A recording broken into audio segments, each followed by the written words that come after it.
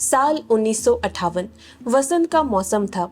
एक तरफ मसूरी के प्रतिष्ठित चार्लीविल होटल में लोग छुट्टियां मना रहे थे, तो वहीं दूसरी तरफ देश की लोकसभा में इस होटल का भाग्य बदलने पर विचार किया जा रहा था। तत्कालीन गृह मंत्री गोविंद वल्लभ पंत ने एक ऐतिहासिक फैसला लेने पर विचार किया। 15 अप्रैल 1958 को उन्होंने लोकसभा में एक प्रस्ताव रखा। उन्होंने कहा, हम नेशनल एकेडमी ऑफ ट्रेनिंग की स्थापना करने का प्रस्ताव रख रहे हैं, ताकि सिविल सेवा में शामिल होने वाले अधिकारी, फिर चाहे वो प्रशासनिक अधिकारी बने, अकाउंटेंट बने या फिर राजस्व अधिकारी, उन्हें पूरी क्षमता के साथ काम करने और जनता के साथ मजबूत संबंध बनाने की ट्रेनिंग देने के लिए ये पहल की जाएगी। लोकसभा में पंत के इस प्रस्ताव को रखने के बाद इस पर काम भी शुरू हुआ। दिल्ली स्थित आईएएस ट्रेनिंग स्कूल और शिमला स्थित आईएएस स्टाफ कॉलेज को मिलाकर राष्ट्रीय प्रशासन अकादमी बनाने का फैसला लिया और इस नई बॉडी का ठिकाना बना वही चार्लीविल होटल, जहां कभी ब्रिटेन की महारानी और प्रतिष्ठित उपन्यासकार और पत्रकार रुडयार्ड किपलिंग भी ठहरे थे। ये वही जगह है जिसे आज आप लाल बहादुर शास्त्री राष्ट्रीय प्रशासन अकादमी यानी कि लबासना के नाम से जानते हैं। आज जिस लबासना को आप जानते हैं, उसको बनने और संवरने की प्रक्रिया की शुरुआत 1998 से ही हो गई थी। इस रिपोर्ट में हम आपको बताएंगे कि कैसे मसूरी का एक फेमस होटल देश का वो केंद्र बन जाता है जहां आज आईएएस और आईपीएस निकलते हैं। जानेंगे कि सभी आईएएस और आईपीएस को यहां पर भेजा क्यों जाता है और यहां आने के बाद भविष्य के ये आईएएस और आईपीएस यहां पर करते क्या है। इसके साथ ही बताएंगे यहाँ के उस मेस के बारे में भी जहाँ पर अगर आप बिना यूनिफॉर्म के जाते हैं तो दंड भरना पड़ सकता है। उत्तराखंड को जानने की इस कड़ी में आज हम कहानी बताने वाले हैं लबासना की और इसके साथ जुड़े इंटरेस्टिंग फैक्ट्स की।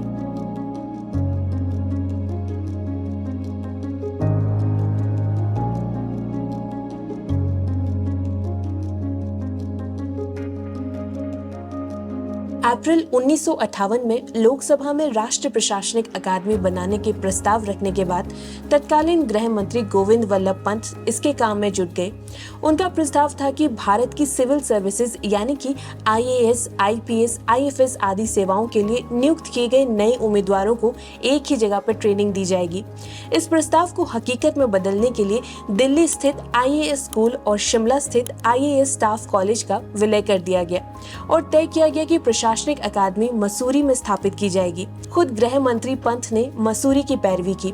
अब सवाल ये था कि अकादमी की स्थापना कहाँ की जाएगी और तब इसके लिए मसूरी के सबसे पुराने होटल में से एक चार्लीविल और हैप्पी वैली को चुना गया। अब मसूरी के चार्लीविल होटल कैसे प्रशासनिक अकादमी का घर बना, ये जानने से पहले हम आपको चार्लीविल होटल और इसके इतिहास के बारे में बताते हैं। चार्लीविल होटल के इतिहास की शुरुआत तब होती है जब ये एक होटल नहीं था। बाद में मसूरी के सबसे बड़े और प्रतिष्ठित होटलों में से एक चार्लीविल की पहली बिल्डिंग 1842 में बनाई गई थी। तब ये जमीन श्री गुरु राम राय बहादुर के महंतों की थी। 1854 में जनरल विकिंसन ने महंतों से जमीन को खरीदा और यहाँ पर दूसरी इमारतों का निर्माण किया। इन इमारतों में से एक हिस्से में लड़कियों का स्कूल चलाया जाता था। हालांकि जनरल विकिंसन ने ज्यादा समय तक इस प्रॉपर्टी को अपने पास नहीं रखा और उन्होंने 1861 में इसे बेच दिया। जनरल विकिंसन की इस प्रॉपर्टी को मसूरी बैंक के मैनेजर मिस्टर होप्सन ने खरीदा था। 1877 में होप्सन ने यहाँ पर एक आलीशान होटल बनाया और इस होटल का नाम अपने दो बेटे चार्ली और विली के नाम पे चार्लीविल रखा। स्थानीय लोग इस होटल को चार्ली विले नाम से भी पुकारते थे। होप्सन की मृत्यु के बाद 1884 में मसूरी बैंक ने इस प्रॉपर्टी को मिसेस टी फैच एंड सी स्टोवल को लीज पर दे दिया। 1887 में वुचुलर नाम के शख्स ने इसे लिया। चार्लीविल होटल जब जब नए मालिकों के पास गया तब तब इसका विस्तार हुआ। 20वीं शताब्दी तक आते आते इसमें 112 कमरे बन चुके थे। ये होटल मुंबई के बाद पूरे देश में सबसे बड़ा होटल बन चुका था। यहाँ पर 400 नौकरों के लिए आउट ऑफ ऑफिस अकोमोडेशन था और यहाँ के अस्तरबल में 50 से ज्यादा घोड़े थे। ये कुल 25 एकड़ में फैला था। ये होटल कितना प्रतिष्ठित था, इसका अंदाजा आप इसी से लगा सकते हैं कि इसके नाम पर यहाँ पर पोस्ट ऑफिस भी था। 1904 में मसूरी के शराब व्यापारी वी.ए. मैकनन ने यहाँ की नजदीकी प्रॉपर्टी भी खरीद ली और इसमें टेनिस कोर्ट, जिम खाना समेत कई दूसरी सुविधाएं तैयार कर दी। हालांकि देश की आजादी के बाद भारत सरकार ने इसका अधिग्रहण कर लिया। 1959 में जब सवाल उठाया गया कि राष्ट्रीय प्रशासनिक अकादमी के लिए मसूरी की कौन सी जगह का चयन किया जाए, तब चार्लेविल सबसे ज्यादा मुफीद पाया गया। और इसका एक कारण ये भी था कि यहाँ पर अकादमी लगाने के लिए काफी सारी जगह थी। शुरुआत में जब चार्लेविल को प्रशासनिक अकादमी के लिए तैयार किया जा रहा था, तब यहाँ पर कई तरीके की दिक्कतें आई थी। हालांकि धीरे धीरे इन सारी दिक्कतों को पार कर लिया गया। आज लबासना का जो स्वरूप आप देख रहे हैं वो कमोवेश वैसा ही है जैसे 1859 में था। 1959 को चार्लेविल होटल का नाम और पहचान बदल चुकी थी और अब ये बन चुका था राष्ट्रीय प्रशासनिक अकादमी। 1959 में सबसे पहले यहाँ पर डायरेक्टर्स ऑफिस, लैंग्वेज ब्लॉक, जिसको बाद में नाम बदलकर चार्लेविल कर दिया गया, सरदार पटेल हॉल और हैप्पी वैली गेस्ट हाउस बनाया गया। 1960 में यहाँ पर IAS, IPS और अन्य केंद्रीय सेवाओं के लिए कॉमन फाइनेंशियल सर्विस कमीशन की शुरुआत की गई। उस वक्त ये अकादमी नेशनल अकेडमी ऑफ एडमिनिस्ट्रेशन के नाम से जानी जाती थी। जिस साल मसूरी में इस अकादमी की शुरुआत की गई, उसी साल 15 जुलाई को दिल्ली स्थित IAS ट्रेनिंग स्कूल से 115 अधिकारियों के साथ एक कंबाइंड कोर्स की शुरुआत की गई। ये वही कोर्स है जिसे आज फाउंडेशन कोर्स के नाम से जाना जाता है और 62 साल बाद भी इसे अकादमी में पढ़ाया जा रहा है। फिर 1969 में एक और बड़ा बदलाव कैरिकुलम में किया गया और ट्रेनिंग का सैंडविच पैटर्न इंट्रोड्यूस किया गया। फेज 1 ट्रेनिंग, जिस कैडर में सिलेक्शन हुआ, उस राज्य में डिस्ट्रिक्ट ट्रेनिंग और फिर फेज 2 ट्रेनिंग शुरू की गई। ये पैटर्न आज भी उसी तरीके से फॉलो होता है। इसके तहत IAS ट्रेनी को 1 साल के लिए एक डिस्ट्रिक्ट दी जाती है जहाँ उसकी ऑब्जर्वेशनल और एक्सपेरिमेंटेशन लर्निंग होती है, यानी कि वो बाकी अधिकारियों को देकर ये सीखता है कि काम होता कैसे है। सैंडविच पैटर्न इंट्रोड्यूस करने के बाद दूसरा बड़ा बदलाव 1972 में इस संस्थान का नाम नेशनल अकेडमी ऑफ एडमिनिस्ट्रेशन से बदलकर लाल Bahadur Shastri academy of administration कर दिया गया। 1973 में इसके नाम के साथ नेशनल जोड़ दिया गया और ये बन गया लबासना, यानी कि Lal Bahadur Shastri national academy of administration. LBSNAA की स्थापना यानी कि 1960 से 1970 तक ये गृह मंत्रालय के अधीन था। इसके बाद 1970 से 1997 तक अकादमी ने कैबिनेट सचिवालय के अधीन काम किया, लेकिन 1977 से 1985 तक अकादमी वापस गृह मंत्रालय के अधीन आके काम करने लगी और फिर 1985 से अकादमी ने भारत सरकार के कार्मिक, लोक शिकायत एवं पेंशन मंत्रालय के अधीन काम करना शुरू कर दिया। इस बीच लबासना के सामने 2 बड़े संकट भी खड़े हुए। एक तो 1985 में हुआ जब अचानक से मेन बिल्डिंग में आग लग गई, जिसमें अधिकारी mess, library, VIP guest house, निर्देशक आवास भी प्रभावित हुए। और फिर 1991 में आई भूकंप ने भी इसे भारी नुकसान पहुंचाया।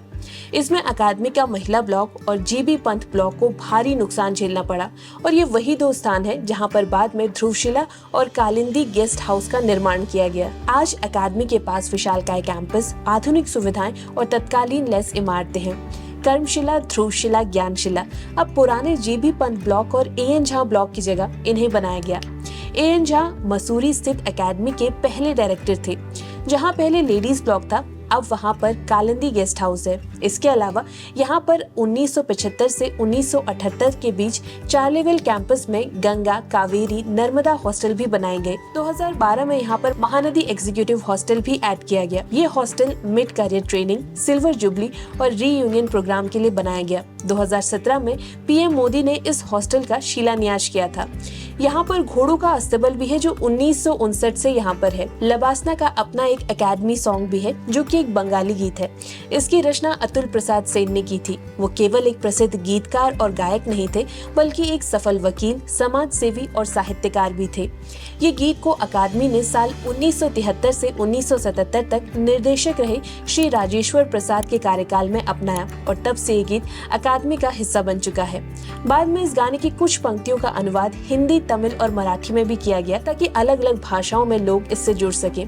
ये गीत न केवल संगीत का माध्यम है, बल्कि ये भारतीय सिविल सेवा के मूल्यों, कर्तव्य, समर्पण और राष्ट्र सेवा का प्रतीक भी बन चुका है। लबासना केवल भारत के प्रशासनिक अधिकारियों को ट्रेनिंग नहीं देता, बल्कि इसके साथ ही बांग्लादेश, भूटान, मालदीव और म्यांमार के चुनिंदा सिविल सर्वेंट को भी ये ट्रेनिंग देता है। इन अंतर्राष्ट्रीय अधिकारियों को भारतीयों के साथ ही मिलकर पहले 3 मंथ का फाउंडेशन कोर्स करना पड़ता है, जिसमें ये सभी एक दूसरे के साथ साथ रहकर अपने अपने देश के विचार को एक दूसरे के साथ साझा करते हैं। आज भी लवासना देश में IAS और IPS देने के काम में जुटा हुआ है।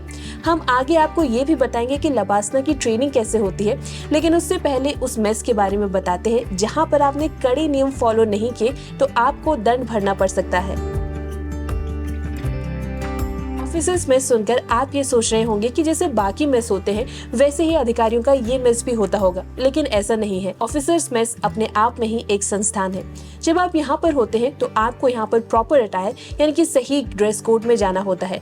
आप यहाँ किसी से ऊंची आवाज में बात भी नहीं कर सकते। जब आप लवासना में जाते हैं तब इंट्रोडक्टरी सेशन में आपको ये बातें बताई जाती हैं।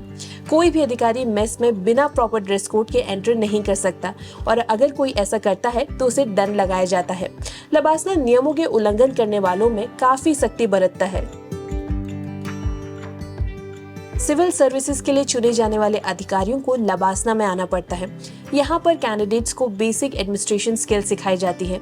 यहाँ कैंडिडेट्स की फिजिकल फिटनेस से लेकर मेंटल हेल्थ तक को मजबूत बनाने में ध्यान दिया जाता है। ट्रेनिंग के दौरान हिमालय में ट्रैकिंग कराई जाती है और हर ट्रेनी को इसमें शामिल होना पड़ता है। इसके अलावा रूरल डेवलपमेंट, एग्रीकल्चर और इंडस्ट्रियल डेवलपमेंट की भी ट्रेनिंग दी जाती है ताकि ऑफिसर रैंक मिलने से पहले यहाँ के अधिकारियों को सब कुछ पता चल सके। यहाँ 2 साल की ट्रेनिंग होती है जिसकी शुरुआत 15 हफ्ते के फाउंडेशन कोर्स से होती है। फाउंडेशन कोर्स में प्रशासन से लेकर समाज, देश से लेकर राजनीति, अर्थव्यवस्था आदि की मूलभूत जानकारी दी जाती है। इसके साथ ही सिविल सर्विसेज में आने वाली चुनौतियों के बारे में भी यहाँ पर बताया जाता है। फाउंडेशन कोर्स में पर्सनालिटी डेवलपमेंट की ट्रेनिंग भी दी जाती है। फाउंडेशन कोर्स पूरा होने के बाद IAS अधिकारी लवासना में ही रहते हैं, जबकि IPS ट्रेनी ऑफिसर्स को अलग पढ़ाव के लिए हैदराबाद स्थित सरदार वल्लभ भाई पटेल नेशनल पुलिस एकेडमी यानी कि SVPNPA में भेज दिया जाता है। इसे IPS ऑफिसर्स ट्रेनिंग का प्रीमियम संस्थान माना जाता है, जहां उन्हें 11 महीने की ट्रेनिंग दी जाती है। पुलिस एकेडमी में ट्रेनिंग पीरियड खत्म होने के बाद इन ट्रेनिंग ऑफिसर्स को ड्यूटी निभाने के लिए अलॉट किए गए केडर में भेज दिया जाता है। इन्हें 6 महीने तक अपने केडर में किसी जिले में काम करना पड़ता है। इन्होंने अभी तक लवासना और SVPNPA में जो भी सीखा है वो इन्हें प्रैक्टिकल तौर पर यहाँ दिखाना पड़ता है। ट्रेनिंग पूरी होने के बाद ट्रेनिंग IPS अधिकारी के रूप में नियुक्त किया जाता है और पहली पोस्टिंग आमतौर से असिस्टेंट सुपरिटेंडेंट ऑफ पुलिस यानी कि ASP के रूप में होती है, जिसके बाद करियर में वो SP, DIG और IG के पदों में काम करते हैं। वहीं बात करें इंडियन फॉरेन सर्विसेज की तो लवासना से फाउंडेशन कोर्स कंप्लीट करने के बाद IFS ट्रेनिंग को अलग इंडक्शन ट्रेनिंग प्रोग्राम के लिए Sushma Swaraj institute of foreign services यानी कि SSIFS न्यू दिल्ली के लिए भेज दिया जाता है। यहाँ IFS ऑफिसर्स ट्रेनी को राजनीतिक यानी कि डिप्लोमेट की जिम्मेदारी और चुनौतियों का सामना करने के लिए ट्रेनिंग दी जाती है। इस ट्रेनिंग के कंप्लीट होने के बाद IFS ऑफिसर्स ट्रेनी को 2 महीने के लिए विदेश मंत्रालय के डिवीजन में नियुक्त किया जाता है ताकि वो ये सीख सके कि काम होता कैसे है। इसके बाद IFS ऑफिसर ट्रेनी को एक विदेशी भाषा सिखाई जाती है। दूसरी तरफ फाउंडेशन कोर्स खत्म करने के बाद IAS ट्रेनी ऑफिसर को लवासना में ही आगे की ट्रेनिंग मिलती है, जो वो करते हैं फेज 1 ट्रेनिंग। इस फेज 1 ट्रेनिंग में उन्हें भारत दर्शन कराया जाता है। इस ट्रेनिंग में ऑफिसर्स को अलग अलग ग्रुप में बांटकर भारत दर्शन यानी कि देश के अलग अलग जगहों में यात्राएं कराई जाती है। ये इसलिए होता है ताकि ये ट्रेनी देश की संस्कृति, सभ्यता और विरासत को अच्छे से जान सके। इस दौरान उनकी मुलाकात देश के तमाम बड़ी शख्सियतों से होती है, जैसे कि राष्ट्रपति, प्रधानमंत्री इत्यादि। इसके साथ ही उन्हें थोड़े थोड़े समय के लिए अलग अलग कार्यालयों में भी अटैच किया जाता है ताकि वो काम को गहराई से सीख सके। इसके अलावा उन्हें लोकसभा सचिवालय में भी ट्रेनिंग दी जाती है, जो भारत दर्शन का ही एक हिस्सा होती है। इसके बाद वो लवासना में वापस लौटते हैं और यहाँ पर 4 महीने की ट्रेनिंग करते हैं। एकेडमी ट्रेनिंग के बाद सभी को एक साल की डिस्ट्रिक्ट ट्रेनिंग पर भेज दिया जाता है, जहाँ वो 1 साल रहते हैं। इसके साथ फेज 1 यहाँ पर खत्म हो जाता है, जिसके बाद सभी IAS ट्रेनी लवासना में वापस लौटते हैं।